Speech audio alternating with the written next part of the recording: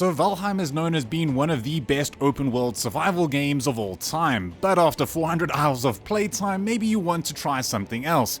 Well, coming up, I'll be showcasing 18 great games that scratch that Valheim survival itch. From crafting sci-fi tech out in space to building a base in your own backyard, from fighting some epic bosses to exploring ancient Egypt in style, these are all my top titles and hidden gems for you to enjoy. Hey everyone, it's Marco here, and just letting you know that these aren't exact one-to-one Valheim copies, they just share a similar open world survival crafting itch that we all crave so much. So then how about we kick things off with Subnautica in space? At the moment, Astrometica is still in early access, but it gives you an enormous amount of freedom to do whatever you want, whenever you want. Picture this, you start the game launched out of your tiny capsule, taking in the vast galaxy that's in front of you, only to realize that your oxygen is running low, and now you need to scamper back inside. It honestly took my breath away the first few times during my playthroughs. It's not procedurally generated, so it comes with some neat looking handcrafted locations, which just keeps inviting you to discover more. It feels so cool just to explore the vastness of this area, where you always just want to see what's around the next asteroid. However, the base building and crafting are also a big part of the game. You'll be grooving to that great soundtrack while you collect resources,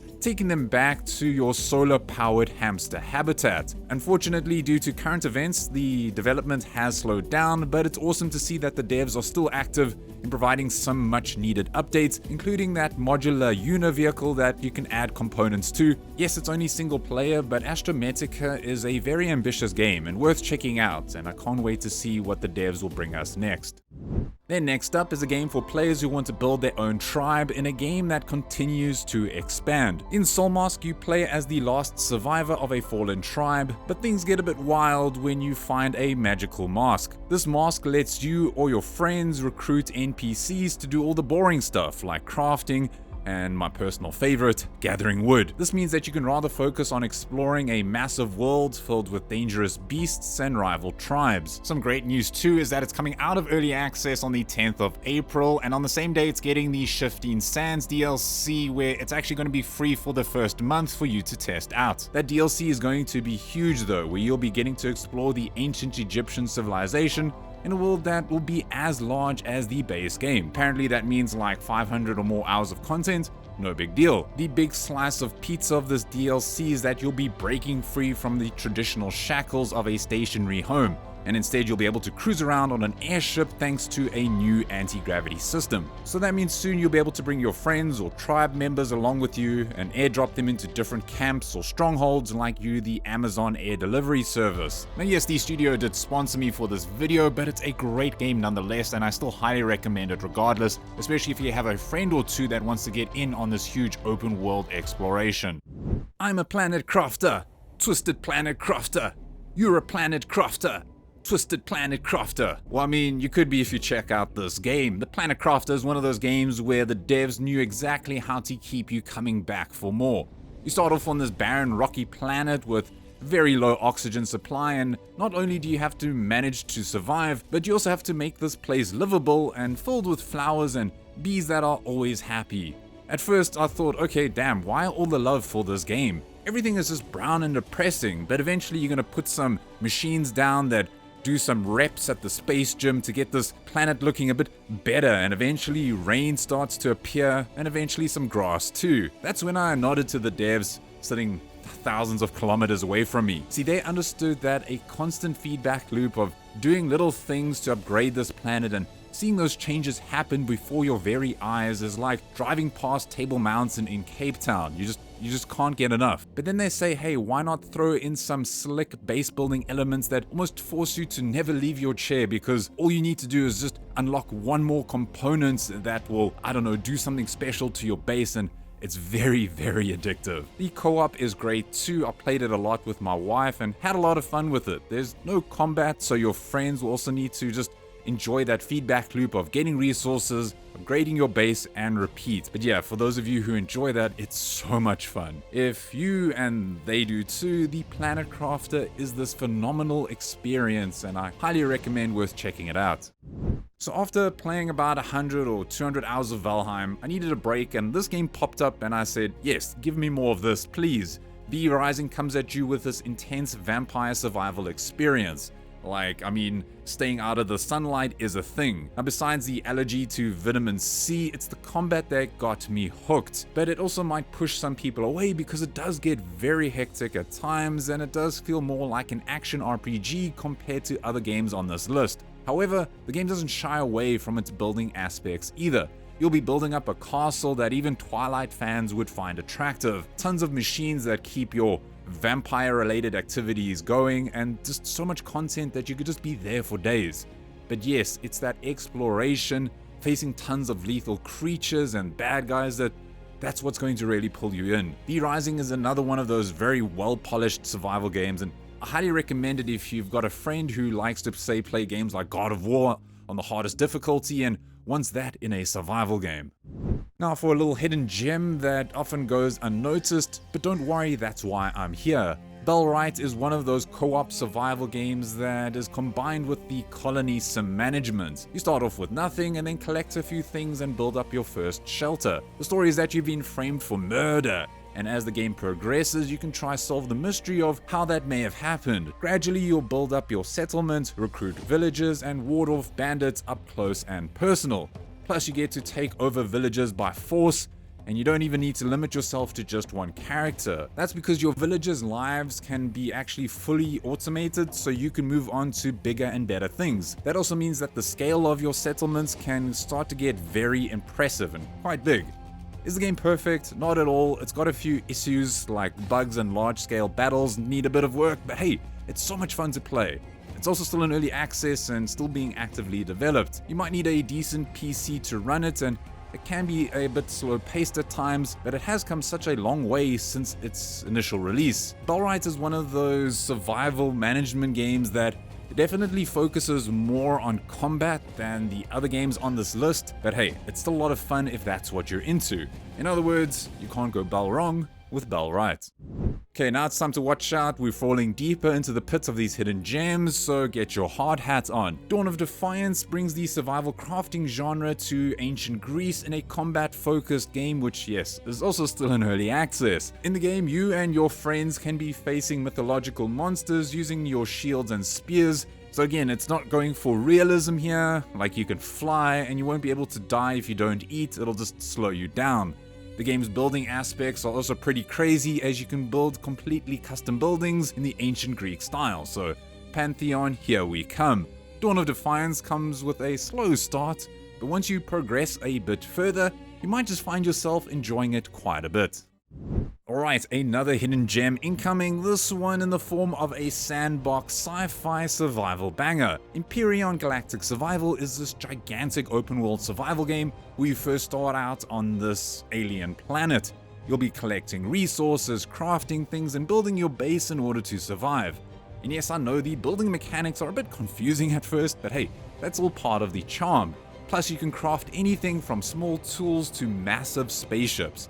And yes, that also means that you can go into space and go to wildly different planets with their own kinds of challenges. It reminds me a lot of No Man's Sky, especially the vanilla version, but honestly, if you do want to enjoy the game, I highly recommend mods, especially Reforged Eden 2. But yeah, the base and shipbuilding aspects allow for significantly more creative freedom than other games. The planets are all procedurally generated and there are a lot of different biomes to discover. It also comes with different factions and you'll be fighting in some epic space battles, so if you're looking for an indie sci-fi adventure, alone or with a friend, then EGS is definitely worth checking out.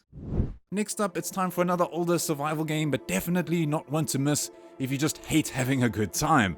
Honestly, I still remember playing The Long Dark when it first came out, back when it was still called The Long Afternoon. This game is so brutal.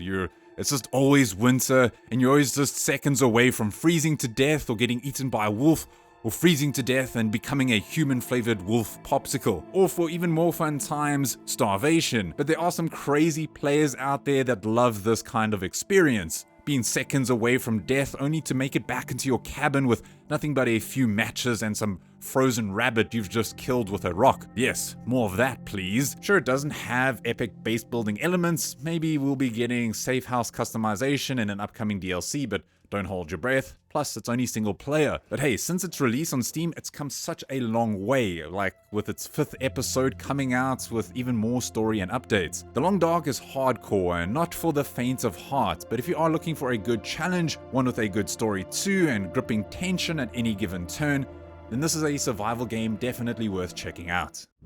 Alright, so what if you wanted something similar, except it's not just winter, it does come with base building, and you can play it with friends, and it's also scary as hell. Sons of the Forest is definitely one of the best looking games on this list. Like, the graphics are incredible, but so too is the overall atmosphere. Sure, it looks all calm and majestic at times, but then it starts to get creepy, like real creepy.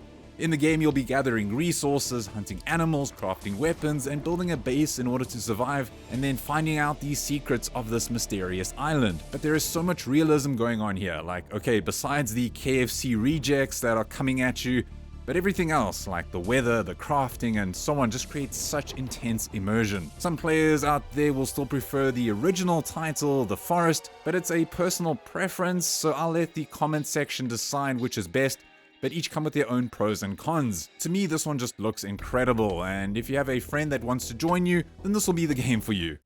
Now it's time to zoom in a bit, well actually quite a lot. Up next is a vibrant and dangerous survival adventure that shrinks the high stakes of the wilderness down to the size of your own back garden. Grounded is a co-op survival builder where you'll be playing as a teenager shrunken down to the size of an ant, where you'll be tasked with navigating a suburban backyard that has become the sprawling jungle. You'll spend your time weaving armor from clover leaves, crafting weapons from little twigs, and building massive multi-story bases out of sturdy blades of grass, yeah. What's cool though is the scale of the world. A simple discarded soda can become a towering landmark, and a common garden spider feels like this terrifying apex predator.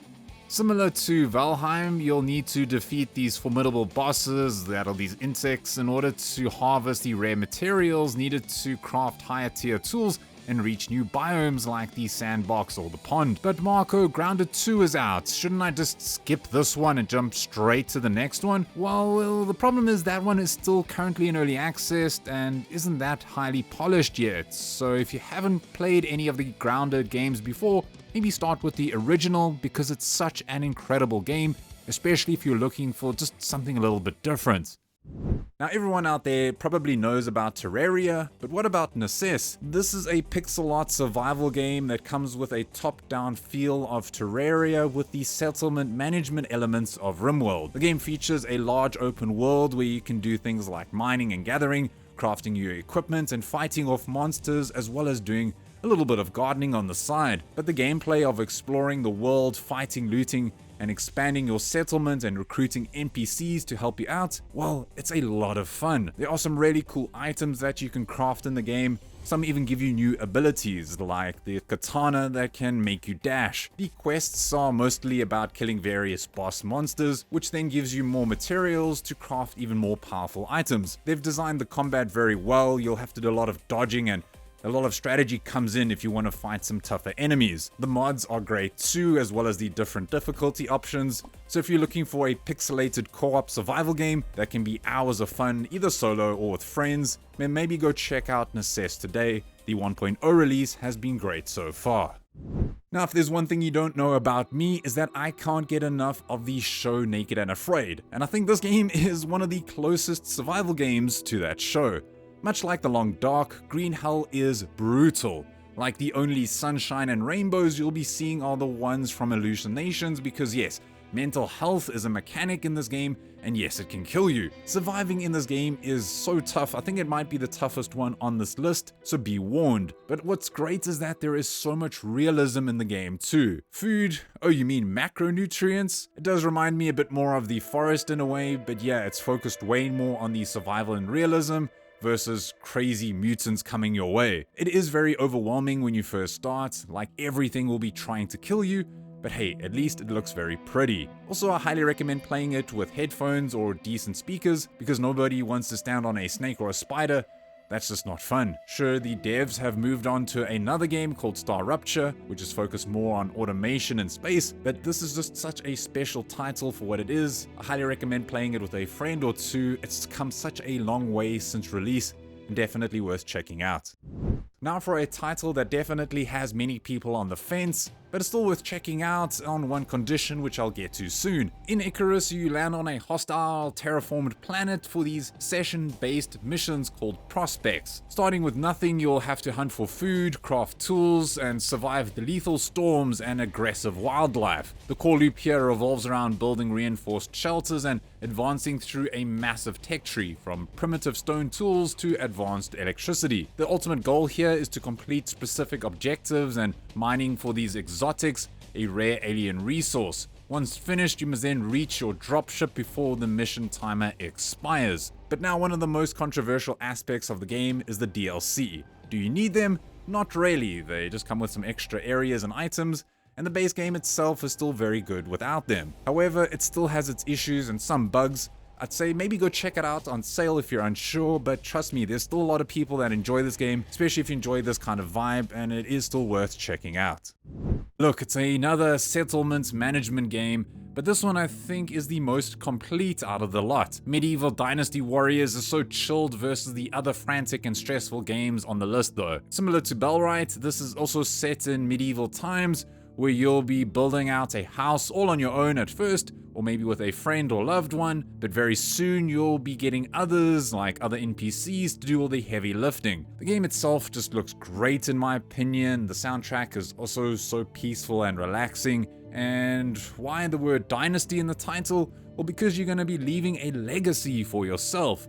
You can get married, have kids, you'll be having your own family crest, but then eventually you'll get old and eventually die, and then it's your kids' turn to follow in your footsteps.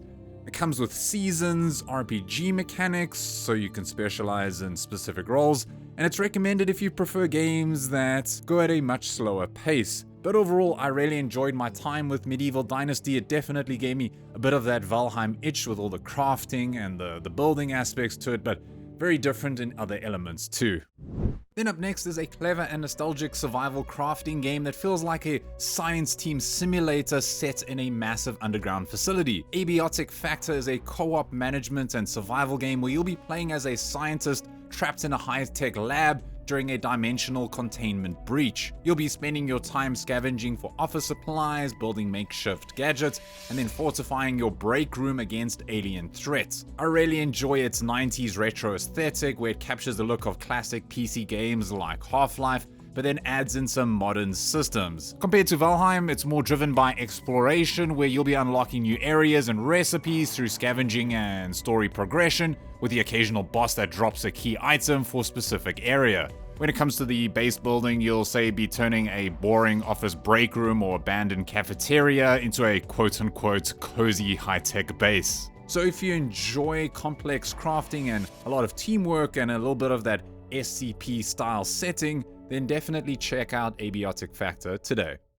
Then up next is this gritty and immersive survival builder that lets you lead a tribe of Vikings in a harsh, ever-changing wilderness. Aska is a deep colony management game where you'll be acting as the chieftain of a growing settlement, where you'll be tasked with building a functional village all from the ground up. And to me, it's a bit like Valheim, except now you can assign specific jobs to your AI villagers to keep your fires burning and your bellies full. So think of it as Valheim with a village. Your followers will have their own schedules, their own needs. It comes with seasons too, like the dead of winter where you have to struggle against the cold. It also comes with that Norse aesthetic, so yeah, you're gonna feel right at home if you enjoyed Valheim, except now you're gonna be just managing a bunch of people along the way. The combat is great, and so too is that exploration. So if you're looking for a game that's got co-op as well as that settlement management, and you want it in a similar Viking vibe, then Aska is definitely one to check out. Now for another game that if I left it out, it would feel like a sin. Subnautica ticks that one box that Valheim gave me in spades: immersion. However, this time you're literally immersed in water. Sure, it's a bit old now and it's only single player, but it's a staple in any survival crafting gaming library. Sure, it looks all majestic, swimming and cruising around this ocean, but it also can get very scary at times, especially for those of us with a little bit of thalassophobia. In the game, the ship you're traveling on crash lands into this ocean due to this mysterious energy pulse from the planet below. Your primary goal, survive. Your secondary goal, find a way home. Sure, it's more linear than the open-ended feeling of Valheim, but it's great because it's a bit more of a clear and defined path for those who want it. The base building is great too, especially when you get back from an epic adventure and you just want to breathe. And sure, the sequel is coming out hopefully soon, but don't forget about its roots, because Subnautica is a fantastic game, always worth checking out. And then rounding up the list, which I might do again soon if you like this genre, this one is Enshrouded. For me personally, it feels like the closest comparison to Valheim, but others say it can't be more different. Why do I think it's similar? Well, let's look at that base building for starters. I am a base builder by heart. Exploring is cool and all, but when I saw how the building system works, I was quite blown away. Yes, I still prefer Valheim's way of doing things, but I don't know, this one was different. It was more natural, the voxel system allows for such creative ways to build. It was all just very cool. And then it's different in other ways too. You have these NPCs in your base that give you quests and allow you to build various things. And I also enjoyed the RPG elements to it. Like you can specialize in roles thanks to that neat skill tree.